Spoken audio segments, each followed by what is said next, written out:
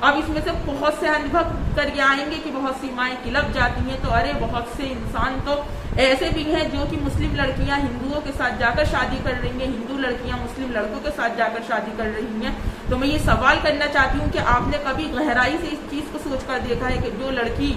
یا پھر جو لڑکا اپنے دھرم کے خلاف جاتا ہے اور وہ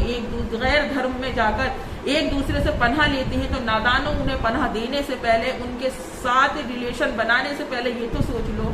کہ یہ اپنے ماں باپ کا نہ ہوا، یہ اپنے دھرم کا نہ ہوا، تو جس کے لیے میں اپنے دھرم کو